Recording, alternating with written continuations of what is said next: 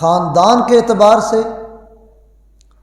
آپ کا جو شجرہ نسب ہے، والدہ کی طرف سے آپ صدیقی ہیں، اور والد کی طرف سے آپ حسینی ہیں۔ والدہ کی طرف سے صدیقی کہ آپ کی والدہ ماجدہ، آپ کا سلسلہ فروہ آپ کی امی جی کا نام ہے۔ یہ بیٹی ہیں حضرت سیدنا قاسم کی، اور یہ قاسم بیٹے ہیں حضرت سیدنا محمد کے، اور یہ محمد بیٹے ہیں حضرت سیدنا ابو بکر صدیق کے رضی اللہ تعالی عنہما۔ یہ اتنا قریب کا سلسلہ ہے کہ فروہ، حضرت فروہ یہ حضرت قاسم کی بیٹی اور حضرت امام جعفر صادق کی والدہ محترمہ اور امام باقر کا حرم پاک، ان کی زوجہ محترمہ ہیں۔ ان کے یہاں 17 ربیع الاول کو سموار کے دن 80 ہجری شہر مدینہ میں امام جعفر صادق کی ولادت باسعادت ہو جاتی ہے۔ تذکرہ نگاروں نے لکھا ہے کہ آپ انتہائی پاک باز تھے، بڑی عبادت گزار تھے، سچ آپ کی زندگی کا بہترین شعار تھا، ہمیشہ سچ بولتے، اور اس کی وجہ سے ہی آپ کو زمانے بھر میں لوگ صادق کے نام سے یاد کرتے۔ سچ بولنے والا، بڑا سچا صادق۔ آپ زہد و تقوی کے علم بردار تھے، سخاوت کے بے پناہ دریا تھے، سخی تھے، بخل آپ سے بڑا دور تھا۔ آپ کے بارے میں بہت ساری روایات سیرت نگاروں نے لکھی کہ ایک شخص حضرت لیث بن سعد رحمۃ اللہ تعالی علیہ، یہ اپنے زمانے کے، یہ بھی تابعی بزرگ ہیں، یہ کہتے ہیں حج کا موسم تھا، میں حج کرنے کو گیا تو ارکان حج سے فارغ ہو کے طواف کیا کعبۃ اللہ کا۔ طواف کرنے کے بعد میں جبل ابو قبیس کی طرف بڑھا، یہ قریب ہی ہے پہاڑ، مکہ شریف بیت اللہ کے چند فرلانگ کے فاصلے پہ، اور یہ وہی پہاڑ ہے جس پہاڑ پر معجزہ شق القمر کا اظہار ہوا تھا، جبل ابو قبیس۔ وہ کہتے ہیں کہ میں جبل ابو قبیس کی طرف بڑھا نا، تو وہاں یکسوئی کے ساتھ تنے تنہا کوئی شخص محو عبادت ہے، اور محسوس یوں ہو رہا ہے کہ جس انہماک کے ساتھ وہ اللہ کا ذکر کر رہے ہیں، اللہ کی عبادت کر رہے ہیں، وہ اکیلے نہیں، ان کے ساتھ بہت بڑی انجمن ہے۔ بظاہر دیکھنے میں وہ تنے تنہا تھے، بعض بندے مزاجن ایسے ہوتے ہیں کہ وہ کبھی بھی اپنے آپ کو تنہا محسوس نہیں کرتے، ان کے ساتھ ایک انجمن ہمیشہ رہتی ہے، اور بعض بندے ایسے ہوتے ہیں جو انجمن میں ہو کے بھی اپنے آپ کو اکیلے سمجھتے ہیں، اور وہ بندہ بڑے ہی نصیبوں والا ہے جو تنہائی میں بھی ہو تو اس کے ساتھ انجمن آباد ہو۔ انجمن کا سمجھتے ہو نا، اکلے بندے کو انجمن نہیں کہتے، بندوں کی، افراد کی کثرت ہو تو پھر انجمن ہوتی ہے۔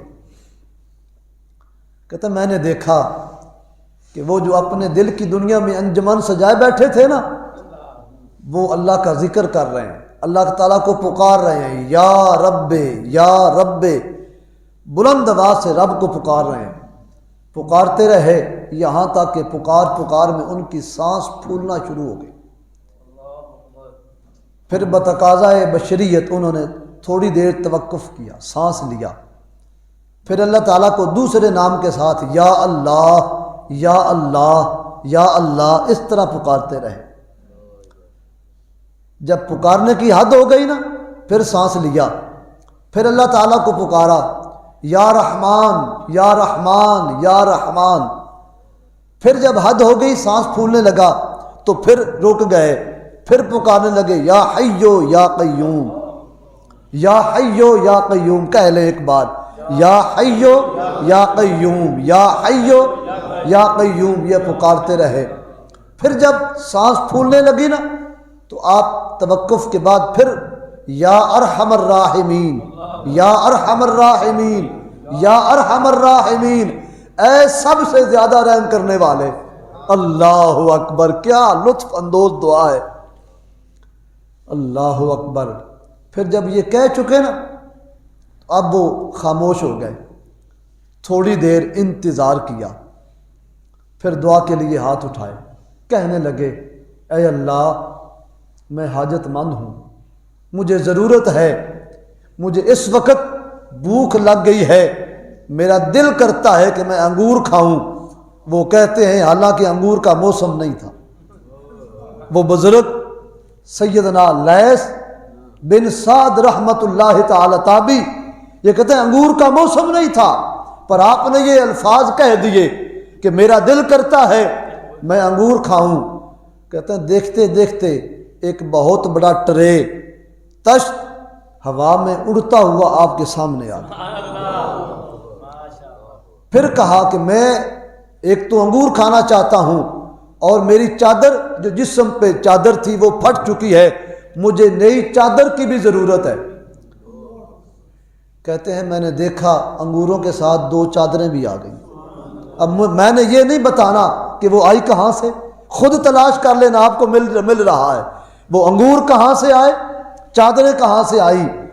کہتے ہیں کہ میں نے دل میں سوچا، انگور دیکھے تو میں نے کہا کہ میرا بھی اس میں حق تو ہے۔ پاس بیٹھنے والے بندے نے کہا میرا بھی اس میں تو حق ہے۔ کیوں؟ کہ جب وہ دعا مانگ رہے تھے میں آمین کہہ رہا تھا۔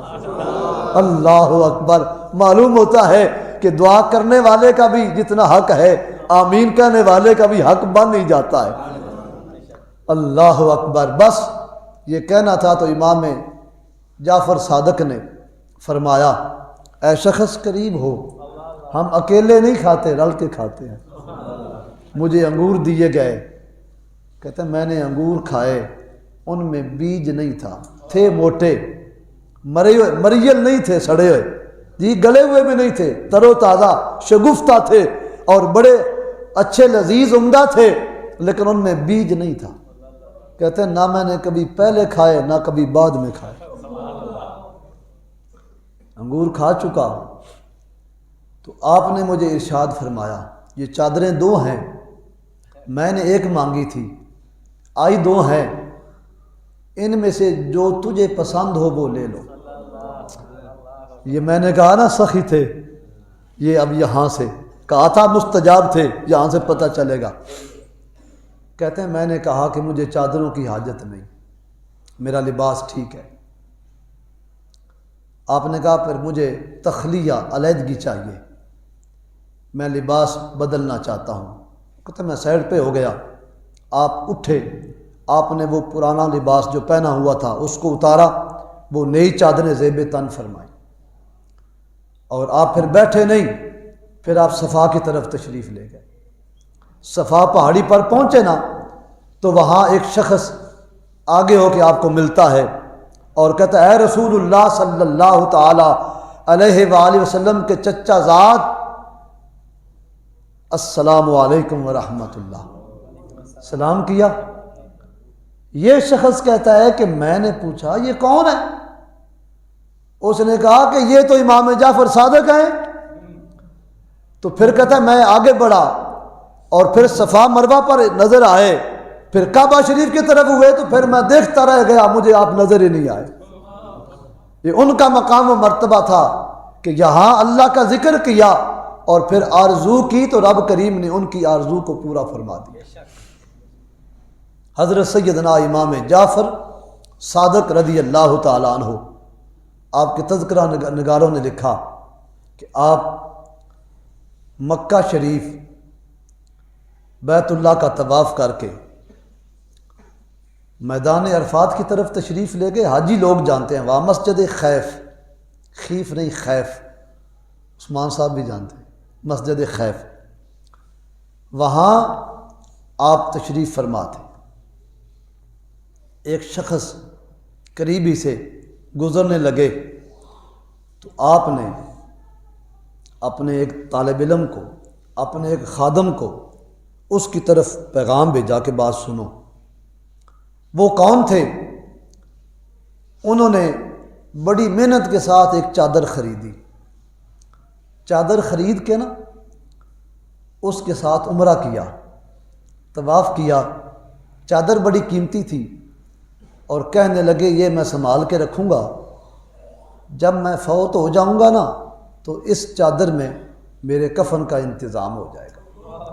بندوں کے ارمان ہوتے ہیں، آج بھی لوگ اپنے کفن کا انتظام اس عمرے کی چادروں کے ساتھ بنا لیتے ہیں، آج بھی ہے یہ سلسلہ، یہ قیامت تک رہے گا۔ ارمان ہے، عقیدت ہے بندوں کی۔